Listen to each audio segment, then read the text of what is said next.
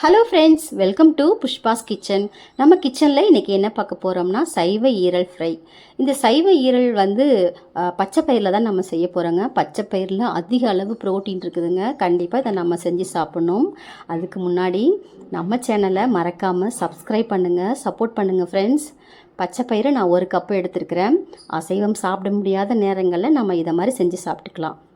1 cup பச்சை பயிறு ஒரு பாத்திரத்தில் சேர்த்துட்டு 2 முறை நல்லா கழுவிட்டு தண்ணி ஃபுல்லாக ஊற்றி வச்சுருங்க. நீங்கள் காலையில் செய்கிற மாதிரி இருந்துச்சுன்னா நைட்டே ஊற வச்சுருங்க. தண்ணி ஃபுல்லாக ஊற்றிட்டேன். இதை நம்ம மூடி வச்சிடலாம். நான் இப்போ மதியம் செய்கிறதுக்காக நான் காலையில் ஊற வைக்கிறேன். கரெக்டாக 5 மணி நேரம் ஆச்சு. நல்லா ஊறி வந்திருக்கு. தண்ணி ஃபுல்லாக ட்ரை ஆகிடுச்சு. பாருங்கள், நல்லா நல்லா ஊறி வந்திருக்குது. தண்ணியே இல்லை. இப்போ இதை நம்ம தண்ணி இருந்தாலும் ஃபுல்லாக வடிச்சிட்டு ஒரு மிக்ஸி ஜார் எடுத்துக்கோங்க. இப்போ இதை நம்ம சேர்த்துக்கலாம்.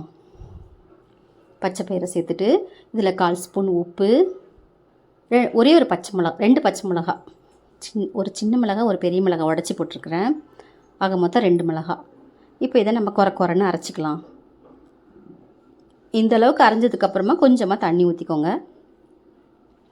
இப்போ நம்ம இதை இன்னும் ஒரு சுற்று விட்டு எடுக்கலாம். இப்போ மறுபடியும் அரைச்சி எடுத்ததுக்கப்புறம் இந்த மாதிரி இருக்குது. இது ஏன் நம்ம கொஞ்சம் கொஞ்சமாக அரைக்கிறோம்னா அப்போ தான் எல்லா பருப்பும் ஈவனாக அரைஞ்சி வரும். இப்போ நம்ம இன்னும் கொஞ்சம் தண்ணி ஊற்றி அரைக்கலாம். கொஞ்சம் கொஞ்சமாக தண்ணி ஊற்றி அரைச்சோம்னா நம்ம கரெக்டான பதம் வருங்க.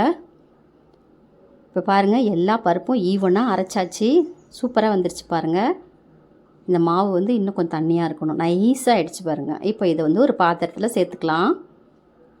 இப்போ எல்லாத்தையும் இந்த பாத்திரத்தில் சேர்த்துட்டு இப்போ மிக்ஸி ஜாரில் ஒட்டிகிட்ருக்குல்ல, அதில் கொஞ்சமாக தண்ணி ஊற்றி அலசி ஊற்றிக்கலாம். இப்போ இந்த மாதிரி இருக்கக்குள்ளே இப்படியே ஊற்றினோம்னா ஈரல் ரொம்ப ஹார்டாக இருக்கும். கொஞ்சம் இட்லி மாவு பதத்தில் மாவு இருந்துச்சுன்னா ஈரல் சாஃப்டாக இருக்கும். பாருங்கள், மிக்ஸியும் க்ளீன் ஆகிடுச்சு.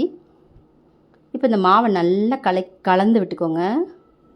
அதுக்குள்ளே நம்ம ஸ்டவ் ஆன் பண்ணிவிட்டு அதில் ஒரு இட்லி பாத்திரத்தில் 1 டம்ளர் தண்ணி ஊற்றி கொதிக்க வைக்கலாம். இப்போ இட்லி தட்டு எடுத்துக்கோங்க. அதில் நல்லா எண்ணெய் தடவிக்கோங்க. நல்லா சுற்றி எண்ணெயை தடவிட்டு இப்போ எல்லா குழிக்குள்ளேயும் நம்ம இந்த மாவை எடுத்து இட்லி மாதிரி ஊற்றிடுங்க. எல்லா மாவையும் அந்த மாதிரி ஊற்றிடுங்க. ஊற்றிட்டு நல்லா தட்டி விடுங்க. இட்லி மாதிரி உப்பிட்டு இருக்காமல் தட்டையாக இருந்துச்சுன்னா நம்ம வெட்டுறதுக்கு ஈஸியாக இருக்கும். இப்போ இதை நம்ம இட்லி பாத்திரத்தில் எடுத்து வச்சிடலாம். எப்போதுமே தண்ணி கொதிக்கக்குள்ளே வேக வச்சிங்கன்னா சீக்கிரமாக வெந்துடும். இப்போ ஒரு 5 நிமிஷம் ஹை ஃப்ளேமில் வச்சுட்டு அப்படியே மீடியம் ஃப்ளேமில் ஒரு 7 நிமிஷம் வச்சு எடுத்துருங்க. நல்லா வெந்துடும். இது சீக்கிரமாகவே வெந்துடுச்சு. நல்லா வெந்துடுச்சு. இது நல்லா ஆற வச்சு தான் நம்ம எடுக்கணும். இப்போ கொஞ்சம் ஆறல, கொஞ்சம் சூடாக தான் இருக்குது. நான் எடுத்து பார்க்குறேன், வருதான்னு பார்க்கலாம். கொஞ்சம் சூடாக தான் இருக்குது, ஒட்டிகிட்டு வருது. நல்ல சூடாக இருக்குது பாருங்கள். இவ்வளோ அழகாக இருக்குது பாருங்கள். ஈரல் மாதிரி இதை கட் பண்ணோம்னா அவ்வளோ அழகாக இருக்கும். இதே போல் எல்லா இட்லியும் ஆற வச்சு எடுத்து டைமண்டாக கட் பண்ணிக்கோங்க. இந்த மாதிரி எல்லாத்தையும் அழகாக கட் பண்ணி வச்சுக்கோங்க. இப்போது சைவ ஈரல் ரெடி ஆயிடுச்சு. இப்போது ஒரு மிக்ஸி ஜார் எடுத்துக்கோங்க. அதில் 2 தக்காளி பழத்தை கட் பண்ணி சேர்த்து அரைச்சி வச்சுக்கலாம். அதே போல் ஒரு 3 பல்லாரி வெங்காயமும் அரைச்சி வச்சுக்கலாம். நீங்கள் சின்ன வெங்காயம் இருந்தால் கூட போட்டுக்கோங்க, அது இன்னும் டேஸ்ட்டாக இருக்கும். இப்போ தக்காளி வெங்காயம் அரைச்சி வச்சாச்சு. இப்போ கடாயில் கொஞ்சமாக எண்ணெய் ஊற்றிட்டு, கொஞ்சம் தாராளமாக எண்ணெய் ஊற்றிக்கோங்க. 1/4 ஸ்பூன் சோம்பு, சீரகம், ஒரு பிரிஞ்சி இலை, 2 பட்டை, 2 கிராம்பு, அரைச்சி வச்சுருக்கிற விழுதையும் சேர்த்துட்டு நல்லா கலந்து விடுங்க. 1 ஸ்பூன் இஞ்சி பூண்டு விழுது சேர்த்துக்கோங்க. இப்போ நல்லா கலந்து விடுங்க. நம்ம அரைச்சி வச்சுருக்கிறோம்ல தக்காளி பழம், அதையும் நம்ம இது கூடவே சேர்த்துக்கலாம்.